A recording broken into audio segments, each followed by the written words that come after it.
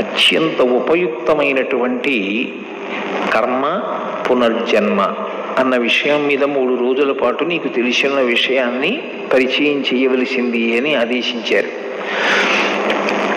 ఎవ్వడు సృజించు ప్రాణుల ఎవ్వడు రక్షించు త్రుంచు ఎవ్వడనంతుండెవ్వడు విభుడెవ్వడు వాడి విధమున మనుచు బెనుచు హేలారతుడై అంటారు పోతన గారు భాగవతంలో.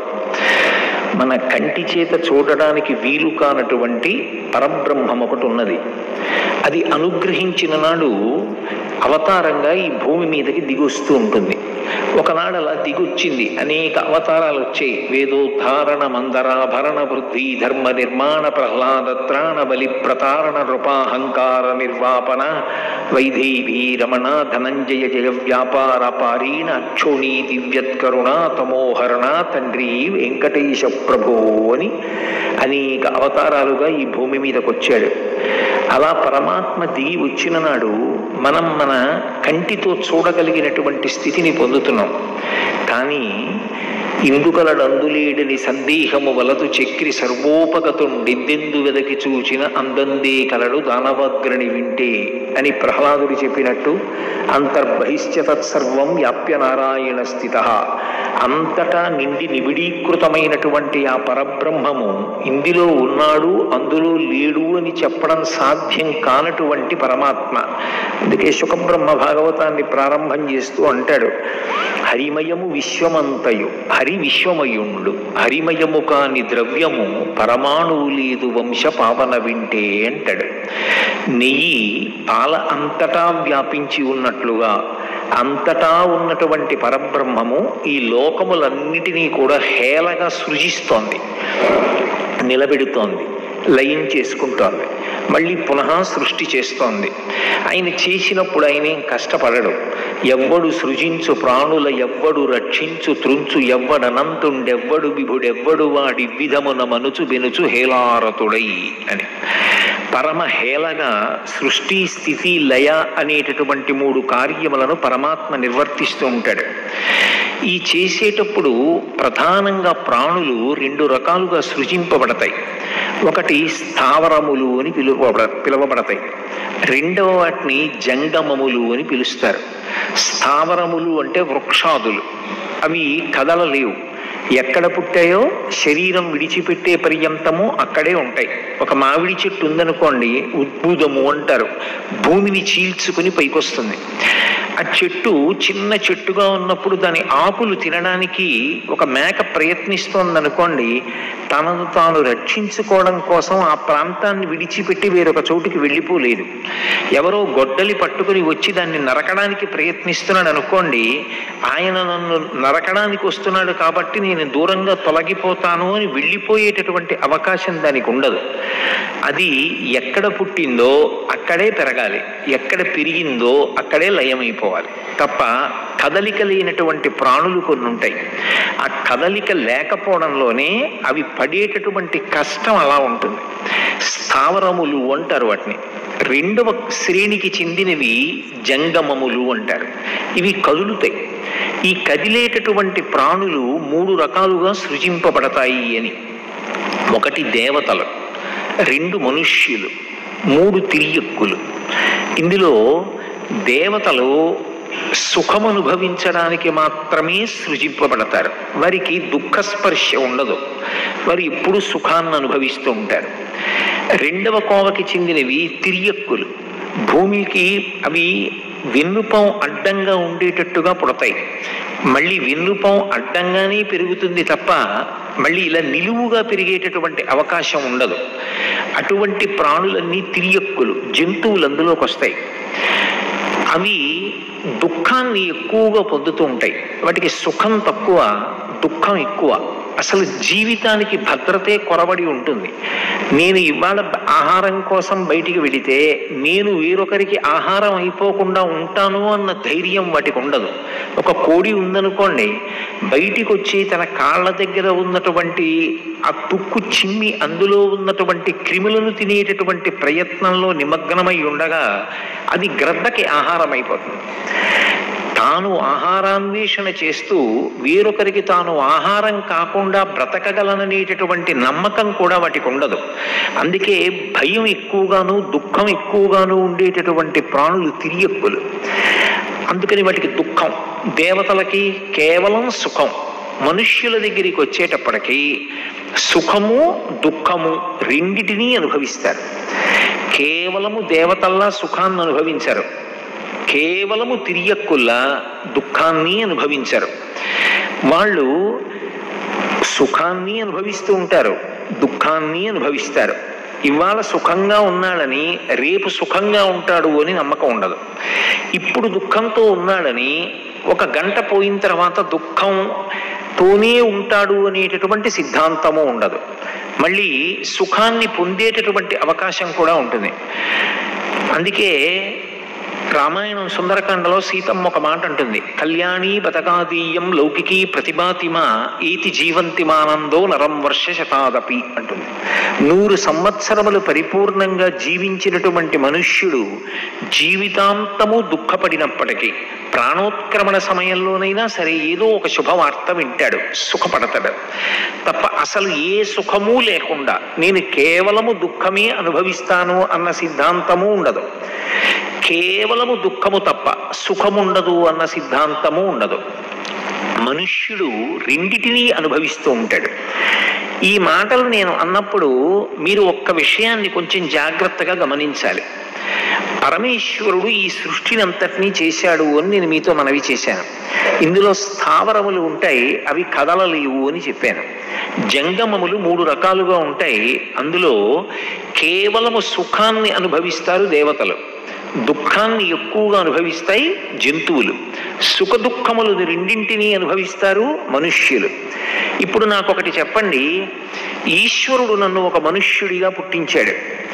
ఆయన నన్ను మనుష్యుడిగా పుట్టించడంలో ఆయనకి ఒక స్వేచ్ఛ, అంటే వీడిని ఇలాగే పుట్టిద్దాం, ఈ జీవుణ్ణి వీడు సుఖము దుఃఖము కూడా అనుభవించేటట్టు చేద్దాం అని ఒక దేవతా శరీరాన్ని సృష్టించేటప్పుడు వీడికి పాపం ఏ దుఃఖం వద్దులే, వీడు సంతోషంగా ఉండని, వీడిని సుఖమే పొందేటట్టుగా చేద్దామని ఆయన సృజించాడు అనుకోండి. అప్పుడు ఈశ్వరుడు యందు పక్షపాత బుద్ధి ఉన్నది అన్నదానికి అది నిదర్శనమవుతుంది కదా. నన్ను ఇలా మనుష్యుడిగా సృష్టించి ఒక కుక్కని కుక్కగా సృజించి దేవతని దేవతగా సృజించి ఇలా ఎందుకు సృజించావు అని అడిగారు అనుకోండి, నా ఇష్టం అన్నాడు అనుకోండి ఈశ్వరుడు, నా ఇష్టం, నేను అలా సృజించాను, దాన్ని ఎక్కువ దుఃఖ పెట్టాలనుకున్నాను, కుక్క జన్మని ఇచ్చాను. నీకు సుఖం దుఃఖం కూడా ఇవ్వాలనుకున్నాను కాబట్టి నీకు మనుష్య జన్మనిచ్చాను. ఆయన్ని కేవలం సుఖపెట్టాలనుకున్నాను, దేవతా జన్మనిచ్చాను, అడగడానికి నువ్వెవరు అన్నాడు అనుకోండి. అప్పుడు 2 లక్షణములు గోచరిస్తాయి. ఒకటి, ఆయన నియంత. ఎందుకని అంటే ఎదుటివాడి ప్రశ్నకి సరి అయిన సమాధానాన్ని ఇవ్వడానికి ఆయన ఇష్టపడడం. 2, ఆయన యందు పక్షపాత బుద్ధి ఉంది. అందుకని కొందరిని దుఃఖ పెడుతూ ఉంటాడు, కొందరిని సుఖ పెడుతూ ఉంటాడు, కొందరిని సుఖ దుఃఖములు 2 ఇచ్చి చూస్తూ ఉంటాడు అని అన్వయం చేయవలసి ఉంటుంది. కానీ ఈశ్వరుని యందు పక్షపాత బుద్ధి ఉండేటటువంటి అవకాశాన్ని ముందు పక్కన పెట్టి మాట్లాడాలి. ఇప్పుడు అసలు ఆయనకి అటువంటి వాటితో సంఘం ఉండదు. మరి సంఘం లేనప్పుడు నేను మనుష్యుడిగా, వేరొక ప్రాణి కుక్కగా, వేరొకరు దేవతగా ఏ కారణానికి అవ్వవలసి ఉంటుంది అంటే ఎవరు చేసుకున్నటువంటి కర్మ చేత వారు ఆ శరీరాలని పొందుతారు. ఇప్పుడు కర్మ అనేటటువంటిది ఎంత శక్తివంతమైనటువంటి సాధనమైంది. భాగవతం 10వ స్కంధంలో కంసుడు దేవకీదేవిని వసుదేవుణ్ణి ఇద్దరిని రథం ఎక్కించి తీసుకెడుతున్నాడు.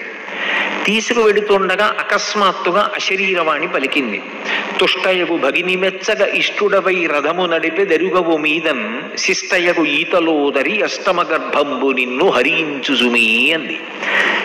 ఎంతో సంతోషంగా చెల్లెలు బావగారు అని రథం ఎక్కించి తీసుకెడుతున్నావు, కానీ ఈమె యొక్క అష్టమ గర్భమునందు జన్మించేటటువంటి సంతానము నిన్ను సంహరిస్తుంది అంది.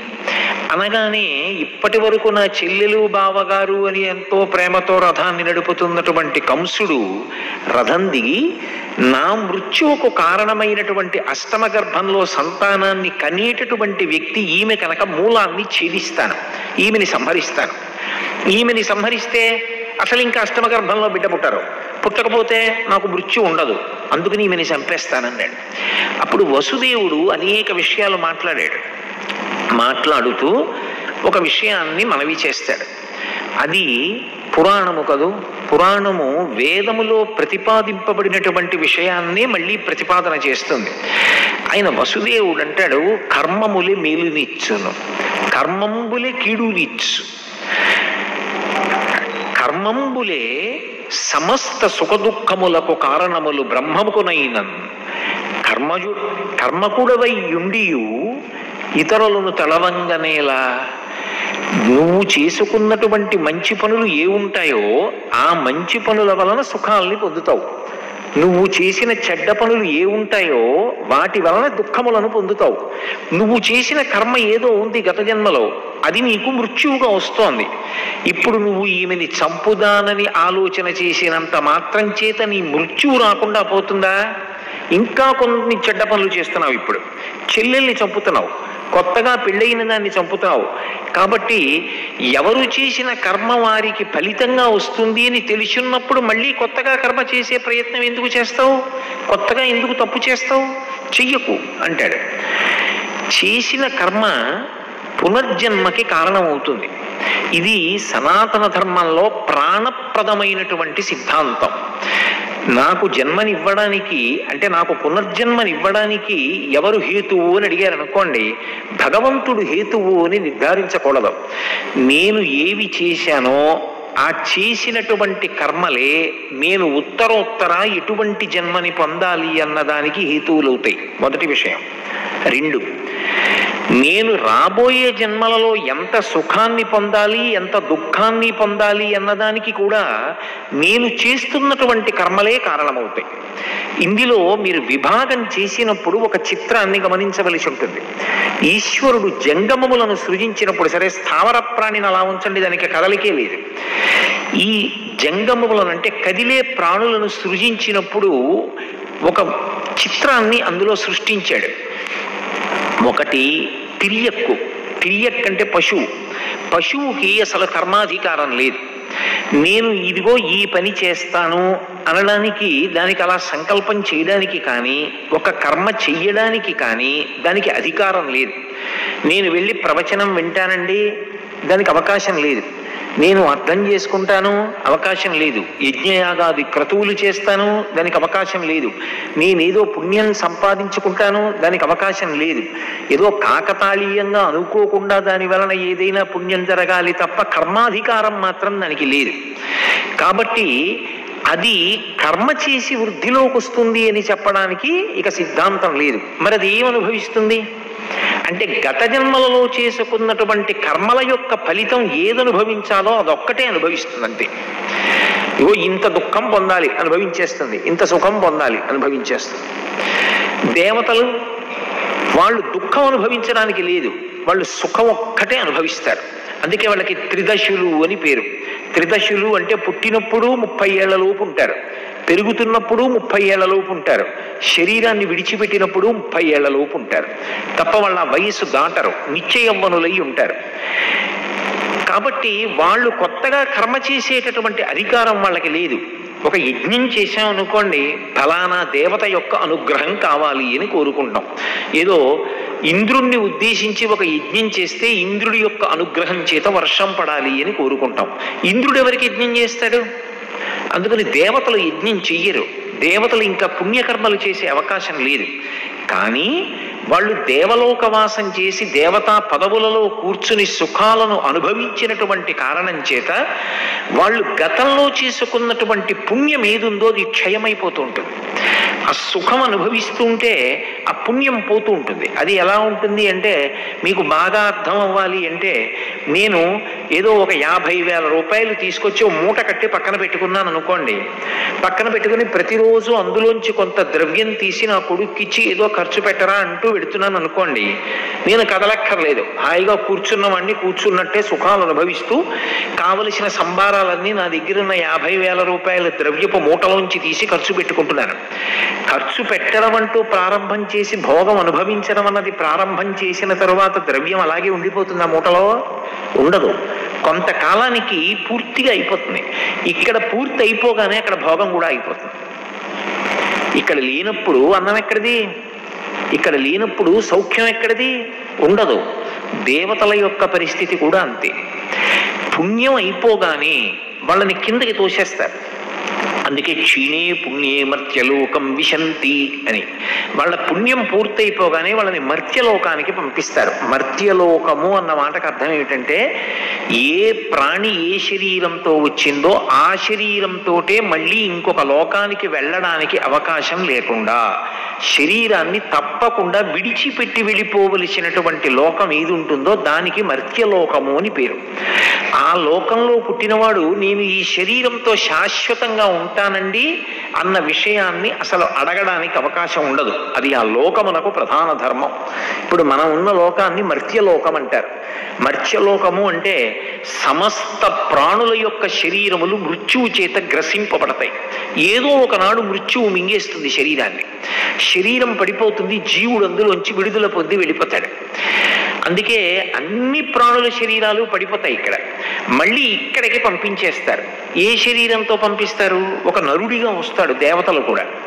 కాబట్టి దేవతలు ఇక మళ్ళీ పుట్టవలసినటువంటి అవసరం లేని మోక్షస్థితికి వెడతామని కానీ, మళ్ళీ కొంత పుణ్యాన్ని సంపాదించుకుంటాము అని అడగడానికి కానీ, ఉత్తమమైనటువంటి కర్మలు మేము ఆచరిస్తామని చెప్పడానికి కానీ వాళ్ళకి సాధ్యం కాదు. అథవా వాళ్ళు జ్ఞాన మార్గంలో ఆత్మవిచారణ చెయ్యవచ్చు అని శంకర భగవత్పాదుల వ్యాఖ్యానాల్లో ఒక చోట నిర్దేశించారు, ఒక చోట పేర్కొన్నారు. కానీ జంతువునాం నరజన్మ దుర్లభం, ఒక్క మనుష్య ప్రాణి విషయంలో మాత్రం ఒక అద్భుతం ఉంది. మనుష్య శరీరంతో వచ్చినటువంటి వాడు ఉత్తమమైనటువంటి కర్మలు ఆచరించి దేవతా పదవులలోకి ఉత్తమ లోకాలకి వెళ్ళిపోగలడు. ఎన్నో పుణ్యకార్యాలు చేశాడు. శరీరం విడిచిపెట్టిన తరువాత దేవతా పదవులలోకి వెడతాడు. అందుకే శతక్రతుమివాసీనం నాగరాజస్య మూర్ధని అంటారు రామాయణంలో. 100 యజ్ఞములు చేసిన వాడు ఇంద్ర పదవిలో కూర్చుంటాడు. చాలా పుణ్యం చేశాడు, ఆయన్ని తీసుకెళ్లి దేవతా పదవిలో కూర్చోబెడతారు. ఆయన కూర్చున్న ఉత్తరక్షణం నుంచి ఆయన చేసుకున్న పుణ్యం అయిపోవడం కూడా మొదలుపెట్టేస్తారు. ఇప్పుడు ఉత్తమమైనటువంటి కర్మలను ఆచరించి పుణ్యాన్ని సముపార్జన చేసి దేవతా పదవులలో కూర్చునేటటువంటి అధికారం మనుష్యుడిదే. భగవంతుడు మనుష్య శరీరాన్ని ఇచ్చాడు కదా అని అన్ని ప్రాణులలో ఉన్నటువంటి విభూతులను తనవిగా మార్చుకుని సుఖాన్ని అనుభవించి ఉత్తమ కర్మలు ఏవీ ఆచరించకుండా పాపకర్మలు ఆచరించి చిట్ట చివర శరీరాన్ని విడిచిపెట్టిన తరువాత కొన్ని కోట్ల జన్మలు మళ్ళీ తిరియక్కుగా వెళ్ళిపోయేటటువంటి అవకాశం ఉన్నవాడు కూడా నరుడే. ఎందుచేత చలిగా ఉందనుకోండి, ఒక గొర్రె తాలూకా చర్మాన్ని తీసి నేను కప్పుకుంటాను. గొర్రె కొత్తగా ఏం కప్పుకోదు, దానికి పరమేశ్వరుడు అటువంటి చర్మాన్ని ఇచ్చాడు. దాని మీద ఊలు ఉంటుంది, అది అటువంటి చర్మంతో ఉండి చలికి తట్టుకుంటుంది. నేను ఆ చర్మాన్ని తీసి నేను కప్పుకుంటాను. ఏనుగు దంతం తెచ్చి బొమ్మ చేస్తాను, జింక చర్మం తెచ్చి వేసి కూర్చుని జపం చేస్తాను, ఒక గాడిద మీద బరువు పెట్టి మోయిస్తాను, గుర్రం ఎక్కి పర్వతం ఎక్కుతాను, విమానం ఎక్కి పక్షిలా ఎగురుతాను, నెమలిని తెచ్చి పింఛం ఇప్పి నృత్యం చేస్తే సంతోషిస్తాను. మిగిలిన ప్రాణుల యందు ఏ విభూతులున్నాయో ఆ విభూతులన్నిటినీ నావిగా చేసుకుని సుఖాన్ని అనుభవించగలిగినటువంటి శక్తి కలిగిన వాడు నరుడు. కాబట్టి కేవలము సుఖాలు అనుభవించడం తప్ప, నేను అందరి విభూతి నావిగా వాడుకుంటాను తప్ప నేను ఎవరికి ఉపయోగపడను, ఏ పుణ్యకర్మ చెయ్యను అని బ్రతికాడు అనుకోండి, ఈశ్వరుడు ఏం జోక్యం చేసుకోడు.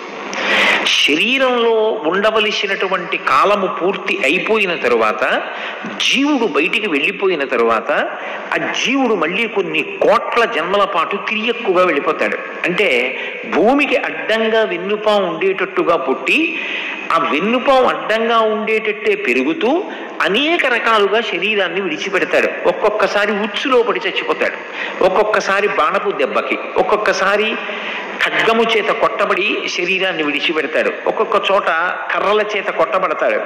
అనేక రకములుగా ప్రాణం విడిచిపెడుతూ ఉంటాడు. కర్మాధికారం ఉండదు, కొత్తగా పుణ్యం చేసే అవకాశం ఉండదు. కాబట్టి తిరియక్కుగా వెళ్ళిపోతాడు. ఇప్పుడు మీరు గమనించవలసింది, నరుడిగా వచ్చినవాడు మాత్రం ఒకటి ఉత్తమ కర్మలాచరించి దేవతా పదవులకు వెళ్ళగలడు, రెండు పాపకర్మలాచరించి అధోముఖంగా వెళ్ళి తిరియక్కు కాగలడు. నాకు పాపము వద్దు, పుణ్యము వద్దు.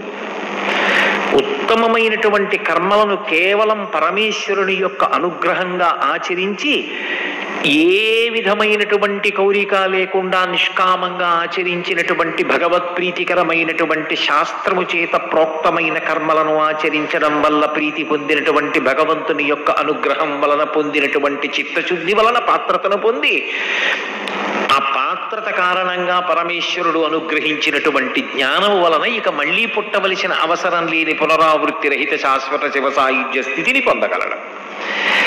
ఇప్పుడు మూడు రకాలుగాను వెళ్ళగలిగిన వాడెవరు? ఒక్క మనుష్య ప్రాణి మాత్రమే వెళ్ళగలడు. మిగిలినటువంటి ఇద్దరికీ కూడా జంగములలో అటు జంతువులకు కానీ ఇటు దేవతలకు కానీ ఈ అధికారం లేదు. ఇది ఒక్క నరజన్మకి మాత్రమే ఉంది. అందుకే అందరిలోకి గొప్పవాడెవరు అంటే నరుడు ఒక్కడే గొప్పవాడు. ఇంత గొప్ప శరీరాన్ని పరమేశ్వరుడు మనకు అనుగ్రహించాడు. పైకి కనపడడానికి సామాన్యంగా కనపడుతుంది, కానీ భాగవతంలో ఈ శరీరమునకు ఉండేటటువంటి వైభవాన్ని వర్ణిస్తారు. పరమాత్మ అనబడేటటువంటి ఒక్క పరబ్రహ్మాన్ని చేరుకోవడానికి, సుఖదుఖములనేటటువంటి రెండు ఫలములు అనుభవించడానికి, సత్వరజస్తమో గుణములనేటటువంటి మూడు గుణములలో తిరుగుతూ ఉండడానికి, ధర్మ అర్థ కామ మోక్షములనేటటువంటి నాలుగు విధములైనటువంటి పురుషార్థములను సమన్వయం చేసుకోవడానికి, శబ్ద స్పర్శ రస రూప గంధములనేటటువంటి 5 తన్మాత్రలతో సుఖదుఖములను అనుభవించడానికి, పంచ జ్ఞానేంద్రియములు కన్ను ముక్కు చెవి నాలుక చర్మము 5 జ్ఞానేంద్రియములు మనస్సు అనేటటువంటి 6 సంఘాతమై చర్మము రక్తము మాంసము కొవ్వు అస్థి శుక్ల మేధ అనబడేటటువంటి 7 పొరల చేత కప్పబడి 2 కాళ్ళు 2 చేతులు 4 5 తల 6 హృదయము 7 ఉదరము 8 కాళ్ళు అనబడే నడుము అనబడేటటువంటి 8 అవయవముల యొక్క సంఘాతంగా 2 కన్నులు 2 చెవులు 4 కన్నాలు 2 ముక్కు కన్నాలు 6 నోరు 7 మలద్వారము 8 మూత్రద్వారము 9 కన్నములు కలిగినటువంటి 9 తొర్రలు కలిగినటువంటి ఈ శరీరంలో ప్రాణ అపాన వ్యాన ఉదాన సమాన నాగ కూర్మ కృకర ధనంజయ దేవదత్తములనేటటువంటి 10 వాయువులు ఆయన శాసనం అయ్యే వరకు వెళ్ళిపోకుండా కుంభింపబడి ధర్మానుష్ఠానమునకు యోగ్యమైనటువంటి పరమోత్కృష్టమైనటువంటి శరీరము ఒక్క మనుష్య శరీరము మాత్రమే. అంత అద్భుతమైనటువంటి శరీరాన్ని నిర్మాణం చేసి పరమేశ్వరుడు మనకు అనుగ్రహించాడు. ఈ శరీరానికి ఈశ్వరుడిచ్చినటువంటి ప్రత్యేకమైనటువంటి విభూతులు 3 ఉంటాయి. మొట్టమొదటిది ఇది అంటే స్వరపేటిక. 84 లక్షల జీవరాశులలో 83,99,999 ప్రాణులకు స్వరపేటిక లేదు. అందుకే అవి భగవన్నామమును పలకలేవు. శ్రీరామ ఆ నామం ఎంతో గొప్పది. ఒక్కసారి నువ్వు మోక్షానికి వెళ్ళిపోతావు అన్నా సరే ఒక కుక్క శ్రీరామ అనలేదు, ఒక గుర్రం శ్రీరామ అనలేదు, ఒక ఎద్దు శ్రీరామ అనలేదు. కానీ స్వరపేటిక ఉంది కాబట్టి నేను మాత్రం భగవన్నామాన్ని పలకగలను. నేను అన్నప్పుడు నేను నరులందరి గురించి మాట్లాడుతున్నాను. భగవన్నామం పలకడానికి యోగ్యమైనటువంటి స్వరపేటికని పొంది ఉండడం ఒక ఎత్తు, కానీ భగవన్నామం పలుకుదామన్న ఉత్సాహాన్ని పొందడం, ఈ శరీరానికి ఇంత గొప్ప సాధన ఒకటి ఉంది అని గుర్తెరగడం ఒక ఎత్తు. ఆ గుర్తెరగడం అనేటటువంటిది లేదనుకోండి, అప్పుడు నరశరీరంలో ఉండే ఉపయోగం ఏమిటి? శంకర భగవత్పాదులు శివానంద లహరి వేస్తూ ఇదే ప్రశ్నేస్తారు. నరత్వం దేవత్వం నగవన మృగత్వం వశకతా పశుత్వం కీటత్వం భవతు విహగత్వాది జననం సదాత్వత్పాదాబ్జ స్మరణ పరమానంద లహరి విహారాసక్తం చేద్రూ తెజవిహకింతేన వపుషా అన్నారు. వపుషా అంటే శరీరం. ఈశ్వర, నేను నరుడున దేవతన పర్వతాన్న ఈగన దోమన ఎవరికి కావాలి? శరీరం ఏదైతే ఎవరికి కావాలి? భగవంతుని యందు భక్తి కలిగిన వాడనా? ఆ భక్తి అంటూ ఉంటే నీకు భగవంతుడు ఇచ్చినటువంటి అద్భుతమైనటువంటి ఉపకరణం ఇది. తెలుస్తుంది. అది లేదు, అయ్యో ఈ ఇంత గొప్ప ఉపకరణం ఉంది, ఈ ఉపకరణాన్ని పెట్టి నన్ను నేను ఉద్ధరించుకోవాలి. ఉద్ధరేణాత్మనాత్మానం అంటాడు గీతాచార్యుడు. ఎప్పుడో నా ప్రాణం పోతుంటే నా కొడుకు నా ఎడమ చెవిలోకి వచ్చి నారాయణ నారాయణ నారాయణ అని తులసి నీళ్లు పోయడం ఏమిటి? నేను బ్రతికుండగా చెప్పుకుంటాను భగవన్నామాన్ని. బతికున్నంత కాలం భగవన్నామని చెప్పిన వాళ్ళు అంత్యకాలంలో పలకలేనేమో అని బెంగపెట్టుకున్నారు. బ్రతికి ఉన్నన్నాళ్ళు నీ భజన తప్పను కాని మరణకాలమునందు మరతునేమో ఆవేళ యమదూతల అగ్రహంబున వచ్చి ప్రాణముల్ పెకలించి పట్టునప్పుడు కపవాత పైత్యముల్ కప్పగా శ్రమచేత కంపముద్భవమంది కష్టపడుచు నారాయణాయంచు నా జిహ్వతో నిన్ను పిలుతునో శ్రమచేత పిలువలేనో నాటికిపుడి నీ నామశ్రవణ చేతు చెవినిడవయ్య భూషణ వికాస శ్రీధర్మపుర నివాస దుష్ట సంహార నరసింహ దురిత దూర. నాటికిప్పుడే నీ నామ స్మరణ చేతు, నీ నామాన్ని పలుకుతున్నాను వినవయ్యా. ఆ చిట్ట చివర నేను అనగలను అనలేను, ఇప్పుడే నారాయణ అంటున్నాను అన్నాడు ఈ కోటేశ్వరరావు అని గుర్తుపెట్టుకోవయా అని వెంపర్లాడాడు నృసింహశతక కర్త. అందుకే భగవన్నామం నేను పలుకుతాను కాదు, అది కూడా భక్తి ఉండి పలికించాలి. లేనినాడు ఏమవుతుంది? అహంకారానికి పనికొస్తుంది. ఏదో ఒక విభూతి దీనికి అంటకడతాడు తీసుకొచ్చి. నేను పొడుగ్గా ఉన్నాను, ఇలా చెయ్యేసుకుంటాడు. నేను చాలా అందగాడిని, నాకు 4 పద్యాలు వచ్చు, నాకు 4 శ్లోకాలు వచ్చు, నా దగ్గర డబ్బు ఉంది, నేను అందంగా ఉంటాను. ఇలా ఇలా చూపించిన ఈ శరీరం కాలి దగ్ధం అయిపోతుంటే వెంట్రుకలు ఊడిపోయి దూరంగా ఎగిరిపోతాయి. ఇందులోంచి నెత్తురు గడ్డ కట్టి ముద్దలు ముద్దలుగా భూమిలోకి ఇంకిపోతుంది. ఎక్కడైనా ఒక ఎముక మిగిలిపోతే కుక్క నోట కరుచుకుని ఎత్తుకుపోతుంది. ఏమిటి ఇలా చూపించిన ఈ శరీరం? అసలు ఈ దీంట్లోకి రావడం ఎంత గొప్ప విషయం. ఇందులోకి వచ్చినప్పుడు అసలు దీన్ని సద్వినియోగం చేసుకోవడం అంటే ఏం చెయ్యాలి అన్నదాని గురించి ఆర్తి ఒకటి ఉంటే, అయా నాకున్న ఉపకరణములేమి, నరజన్మ ఎందుకు గొప్పది, నాకే ఉపకరణం ఉంది అని మొదటి ప్రశ్న వస్తుంది. నీకు ఈశ్వరుడిచ్చిన మొట్టమొదటి అమోఘమైన ఉపకరణం స్వరపేటిక. దానితో భగవన్నామాన్ని పలకవచ్చు. కవి పుష్పంబగు అగ్ని మంచగు ఆకూపారం భూమిస్థలంబగు శత్రుండతిమిత్రుడు విషము దివ్యాహారమౌ నెన్నగా అవనీ మండలి లోపలం శివ శివేచ్ఛాభాషణోల్లాసకిన్ శివాని నామము సర్వవస్యకరమౌ శ్రీకాళహస్తీశ్వర అంటాడు దుర్జటి. 2 కర్మాధికారం. భగవంతుడు ఒక్క నరుడికి ఉత్తమ కర్మలను ఆచరించగలిగినటువంటి అధికారం ఇచ్చాడు. ఒక యజ్ఞం చెయ్యాలి, ఒక యాగం చెయ్యాలి, ఒక పురాణం చదువుకోవాలి, ఒక కావ్యాన్ని వినాలి, గురువు గారి శుశ్రూష చెయ్యాలి, 10 మందికి సేవ చెయ్యాలి, మంచి మాట మాట్లాడాలి, అహంకారాన్ని పరిత్యజించాలి. ఎవరు చెయ్యగలరు? ఒక్క మనుష్య ప్రాణికే ఉంది కర్మాధికారం. ఇక ఏ ఇతర ప్రాణికి లేదు. కర్మ చెయ్యగలిగినటువంటి అధికారం ఉన్నవాడు మనుష్యులొక్కడే. 3 బుద్ధిని పరమేశ్వరుడు ఇచ్చింది నరుడికొక్కడికే ఇచ్చాడు. మనస్సు సంకల్ప వికల్ప సంఘాతం. అనేకమైన ఆలోచనలు నెగడలో కర్ర పెట్టి తోస్తే నిప్పు రవ్వలు వచ్చినట్టు వస్తుంటాయి. వచ్చిన వాటిల్లో నువ్వు ఇది చెయ్యి అని మంచి వైపుకు నడిపించి వివేకంతో నిర్ణయం చేసేది బుద్ధి. అటువంటి బుద్ధి సక్రమంగా ఉన్నంత కాలం మనుష్య జన్మ పాడవదు.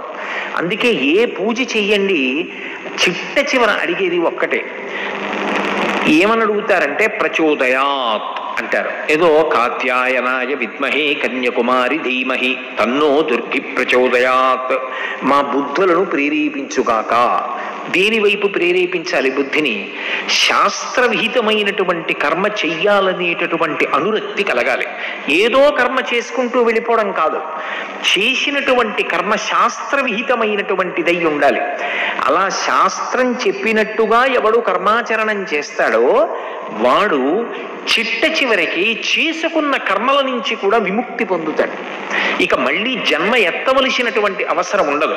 నేను ఈ మాట అన్నప్పుడు, నేను ఈ నేపథ్యాన్ని మీతో మనవి చేస్తున్నప్పుడు మీరు ఒక్క విషయాన్ని బాగా గమనించాలి. ఈ శరీరానికి వేదాంతంలో అనేక పేర్లు ఉన్నాయి. అందులో దీనికి ఒక పేరు ఏమిటంటే చిజ్జడ గ్రంథి అని పేరు. ఇది తనంత తానుగా జడం. ఇందులోంచి శివం లేచి వెళ్ళిపోయింది అనుకోండి, ఇది జడం. ఇది ఒక కర్ర ఎలా అయిపోతుందో అలా అయిపోతుంది. కాలు దగ్గర పట్టుకుని పైకి ఎత్తితే కర్ర లేచినట్టు లేచిపోతుంది. అటువంటి దీనిలో చైతన్యము ప్రవహిస్తోంది కాబట్టి దీనికి ఒక విలువ, ఒక గౌరవం, ఒక అధికారం, ఒక పని చెయ్యగలిగినటువంటి శక్తి ఏర్పడింది. దీపం ఉండగా ఇల్లు చక్కబెట్టుకో అంటే ఆ చైతన్యం ఉండగా కురుపుణ్య మహోరాత్రం మంచి పనులు చేస్తూ వెళ్ళు, లేకపోతే నీ జీవుడు ఉద్ధరింపబడడం. నీ చుట్టూ ఉన్న వాళ్ళ గురించి ఇన్ని మాటలైనా చెప్పు, నేను కాదనను, మంచిదే. నా భార్య, నా భర్త, నా బిడ్డలు, నా బంధువులు, నా స్నేహితులు, నా శిష్యులు, ఇవన్నీ మంచిదే. కానీ ఇవి ఏవి కూడా వెంటరానిది ఎప్పుడు అంటే ఒక్కసారి జీవుడు బయటికి వెళ్ళిపోయాడు అనుకోండి, ఇక అన్ని అనుబంధములు దాంతో ఆగిపోతాయి అంతే. కింవానేన ధనేన వాజికరిభి ప్రాప్తేన రజ్యేన కింవా పుత్ర కళత్ర మిత్ర పశుభిర్దేహేన గేహేన కిం జ్ఞాతైతక్షణ భంగురం సపతిరోత్యద్యం మనోదూరత స్వాత్మార్థం గురువాక్యతో భజ భజ శ్రీ పార్వతీ వల్లభం అంటారు శంకర భగవత్పాదులు. ఒక్కసారి అందులోంచి జీవుడు బయటికి వెళ్ళిపోయాడు అనుకోండి, ఏమండి అన్నా పలకడం, అన్నయ్య అన్నా పలకడం, తమ్ముడు అన్నా పలకడం, బావగారు అన్నా పలకడం, మామయ్య గారు అన్నా పలకడం, అయ్యో మా పక్కింటి ఆయన నా స్నేహితుడు అన్నా పలకడు, మా గురువు గారు అన్నా పలకడు. అన్ని అనుబంధాలు అక్కడితో ఆ శరీరానికి పూర్తయిపోయాయి. ఆ వెంట వచ్చేది ఏది అంటే చేసుకున్న కర్మ ఏది ఉంటుందో అదొక్కటే భుజానికి తగుల్చుకుని వెళ్ళిపోతాడు. కాయము వీడి జీవుడితి కంపిత చిత్తత నీగు చుండవో నాయనయంచు ఎడ్చు నిజ నందన నందినులైన గాని కందోగిని భస్వముల్తులత దుఃఖమహంబుని సొచ్చు పత్నియున్ కాయము వీడి రారు కదా చేసిన కర్మము పుణ్యము తప్ప శంకర. చేసినది ఏదుందో అదొక్కటే తగల్చుకుని వెళ్ళిపోతాడు. ఏది చేశాడో అదే వచ్చే జన్మలో జీవుడికి అన్నం. వచ్చే జన్మలో నేను ఇలా పెట్టే అధికారం పొందాలంటే ఇప్పుడు పెట్టేవాడనై ఉండాలి. ఇప్పుడు పెట్టినది ఉంటే అప్పుడు పెట్టగలను. ఇప్పుడు ఇలా పెట్టిన వాడను కాకపోతే వచ్చే జన్మలో ఇలా పట్టవలసిన వాడినే కానీ ఇలా పెట్టేవాడిని కాలేదు. అదే కదా శంకర భగవత్పాదుల కనకధారా స్తోత్రం. ఏమో ఏ మహానుభావుడు ఒక్కొక్క నాడు అతిథిగా వస్తాడో, ఏ కోరిక లేనటువంటి మహాత్ముడు ఒక రోజున అనుకోకుండా ఇంటికి అతిథిగా వస్తాడు. ఊరకరారు మహాత్ములు వా రథముల ఇండ్ల కడకు వచ్చుటెలెల్లన్ కారణము మంగళములకు మీరొచ్చుట శుభము మాకు నిజము మహాత్మ అంటాడు దశమస్కంధంలో. పాత్రత. అటువంటి మహాపురుషుడు ఇంటికి రావడం అంటే పరమేశ్వరానుగ్రహం కలిగితే వస్తాడు. ఆయన వచ్చి అరుగు మీద కాసేపు కూర్చుని వెళ్ళిపోయాడు అనుకోండి, సేద తీరి. పాత్రత. అటువంటి వాడు, ఆయన్ని నమ్ముకున్నవాడు వచ్చి వెళ్ళిపోయాడు, ఈశ్వరుడు పరమ సంతోషాన్ని పొందుతాడు. ఇప్పుడు మనుష్య శరీరానికి ఉండేటటువంటి గొప్పతనం ఎక్కడుంది అంటే ఇది చిజ్జడ గ్రంథి అయినటువంటి కారణం చేత దీనికి ఈశ్వరుడు సృజించినప్పుడు ఎందుకు సృజిస్తాడు అంటే మొదటి కారణం చేసినటువంటి పాపము పుణ్యము దీని చేత అనుభవింపచేస్తాడు. మీరు ఈ విషయం కొంచెం గంభీరంగా ఉంటుంది, కొంచెం జాగ్రత్తగా పట్టుకోవాలి. నేను గత జన్మలో ఒక పాపం చేశాను, ఇప్పుడు నేను ఈ మనుష్య శరీరంలో ఉన్నానంటే కేవలము కోటేశ్వరరావు గారు పుణ్యాత్ముడు సిద్ధాంతం చేయడం సాధ్యం కాదు. పాపపుణ్యములు రెండు ఉంటేనే కదా మనుష్య శరీరంలోకి వచ్చాను. పాపము ఉంది, పుణ్యము ఉంది. నేను ఏదో ఒక ప్రాణి అలా వెళ్ళిపోతుంటే నా చేతిలో కర్ర ఉంది, అది నా మీద తిరగబడలేదు కదా అని కర్ర వేసి కొట్టాను, దాని మోకాలు మీద తగిలింది. అది బ్రతికున్నంత కాలం ఆ మోకాలు నొప్పుతో అలా బాధపడుతూనే ఉంది. ఇప్పుడు నేను చేసిన పాపకర్మ పోవాలి కదా. ఇప్పుడు ఆ పాపకర్మ పోవాలంటే నాకు కూడా మోకాలు అలాగే నొప్పెట్టాలి. నాకు కూడా మోకాలు అలాగే నొప్పెట్టి నేను బ్రతికున్నంత కాలం నా మోకాళ్ళు నాకు నొప్పెడుతుంటే నేను చేసిన పాపకర్మ క్షయం అవుతుంది. కాబట్టి ఇప్పుడు ఈశ్వరుడు ఏం చేయాలి? ఈ శరీరాన్ని ఇచ్చి దీని మోకాళ్లకు నిప్పెట్టాలి. ఈ మోకాళ్ళకి నిప్పు వచ్చింది అనుకోండి, నేను ఒక రకంగా ఏం చేయాలి? చాలా సంతోషించాలి. ఎందుకని? నా పాపం పోతోంది కాదు. నేను మీతో మరి యథార్థం మీరు నన్ను కర్మ పునర్జన్మ గురించి మాట్లాడు అంటే ఇది తప్ప ఇంకేం మాట్లాడండి. నేను గత జన్మలో చేసినటువంటి పాపం ఉంది, అది పోవాలి. పోవాలి అంటే దుఃఖం అనుభవించాలి. దుఃఖం అనుభవించాలంటే మానసికంగా అనుభవిస్తానండి అంటే కుదరదు. అది శరీరానికి బాధ కలగాలి, అందుకని దీన్ని ఇవ్వాలి. ఇప్పుడు ఏమవుతుంది? దీనికి కొన్నాళ్ళు బాగుంటుంది, కొన్నాళ్ళు పోయాక నొప్పులు వచ్చిన తర్వాత ఇక కూర్చోవడం కష్టం, లేవడం కష్టం, అన్ని బాధలే. ఇప్పుడు ఏమైంది? గతంలో చేసిన పాపం పోతోంది. గతంలో చేసినటువంటి పుణ్యకర్మ ఉంది. ఏదో ఒక అతిథిని పరమ ఆదరంతో ఆదరించి పట్టెడన్నం పెట్టాను కాబట్టి నాకు ఆకలితో ఉండవలసిన అవసరం లేకుండా పాత్రత కలిగిన మహాపురుషుడికి ఒకటికి అన్నం పెట్టా. నా జీవితంలో ఎప్పుడూ నేను ఆకలితో ఉండవలసిన సందర్భం ఏర్పడకూడదు. నాకు ఆకలి వెయ్యగానే ఎవరో ఒకళ్ళు, ఓ కోటేశ్వరారు మీరు ప్రయాణం చేస్తున్నారు ఏంటండి అని నేను తెచ్చుకున్న పలహారం మర్చిపోయినా, ఒకవేళ ఎక్కడో అయ్యా చాలా సంతోషం మిమ్మల్ని చూద్దాం అనుకుంటున్నాను ఇవాళ మీరు కనపడ్డారని ఆయన 2 యాపిల్ పళ్ళు తీసుకొచ్చి చేతికి ఇచ్చి వెళ్ళిపోయాడు అనుకోండి, నాకు ఆకలి వెయ్యకుండా గత జన్మలలో నేను చేసుకున్నటువంటి పుణ్య ఫలితము ఈనాడు సఫలీకృతమై నాకు 2 యాపిల్ పళ్ళ రూపంలో ఎవరో వచ్చి ఇస్తే ఆకలి తీర్చుకోవడానికి సాధనమైంది. అంటే పుణ్యం పోయింది, చేసిన పుణ్యం పోయింది. 2 యాపిల్ పళ్ళు వచ్చాయి, మోకాళ్ళ నొప్పులు వచ్చాయి, పాపం పోయింది. ఈ చిజ్జడ గ్రంథిగా ఈ శరీరం వచ్చింది అంటే కేవలము సంతోషపడిపోవడానికే కాదు, ఇది పాపపుణ్యములు క్షయమైపోవడానికి పనికొస్తోంది. అందుకే మీరు గమనించి ఉంటే కష్టాలు వస్తున్నాయి అంటే అమ్మయ్య నా పాపాలు పోతున్నాయి అంటారు మహాత్ములు. చంద్రశేఖరేంద్ర సరస్వతి మహాస్వామి వారి గురించి నేను అస్తమానం చెప్పక్కర్లేదు. వారు కారణజన్ములు, మహాపురుషులు, అపర శంకరావతారులు. పరమశివుడే ఈ భూమి మీద మళ్ళీ నడయాడాడు. పరమశివుడే శంకరాచార్యుల వారిగా వచ్చాడు. నమక్కపర్దిని చవ్యుక్త కేశాయ చ, ఇంత జటాజూట ఉన్న పరమశివుడు బోడిగుండుతో శంకరాచార్యుల వారిగా వచ్చాడు. ఆ శంకరాచార్యుల వారే చంద్రశేఖరేంద్ర సరస్వతి మహాస్వామిగా వచ్చారు. ఆ చంద్రశేఖరేంద్ర సరస్వతి మహాస్వామి వారికి పూర్వాశ్రమంలో ఒక తోబుట్టు ఉండేది. ఆవిడ పేరు లలితాదేవి. ఆవిడ ఎన్ని కష్టాలు పడ్డారో తినడానికి కూడా ఉండేది కాదు. వారి అంత్యవాసులు ఒకనాడు వచ్చి అన్నారు, హే బ్రహ్మన్ మీరింతటి మహాత్ములు, మీకు పూర్వాశ్రమంలో చెల్లెలు అంటే సన్యాసాశ్రమం స్వీకరించడానికి ముందుకు తోబుట్టువులు అన్న మాట అన్వయం అవుతుంది. ఆవిడంత దరిద్రంలో ఉన్నారు, మేమందరం కలిసి కొంత ద్రవ్యాన్ని ఇస్తాం, ఆవిడ సంతోషంగా ఉంటారన్నారు.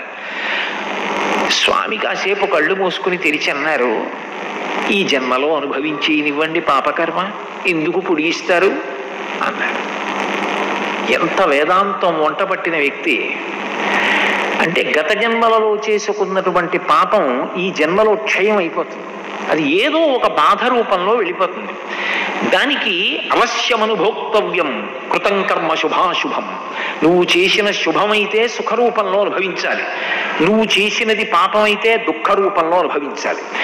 ఎవడు చేశాడో వాడు అనుభవించాలి తప్ప అక్కడ వకాల్తాలు ఉండవు. నా బదులు వీడు అనుభవిస్తాడండి అనడానికి ఉండదు. ఎవడు జీవుడు చేశాడో వాడే అనుభవించి తీరాలి.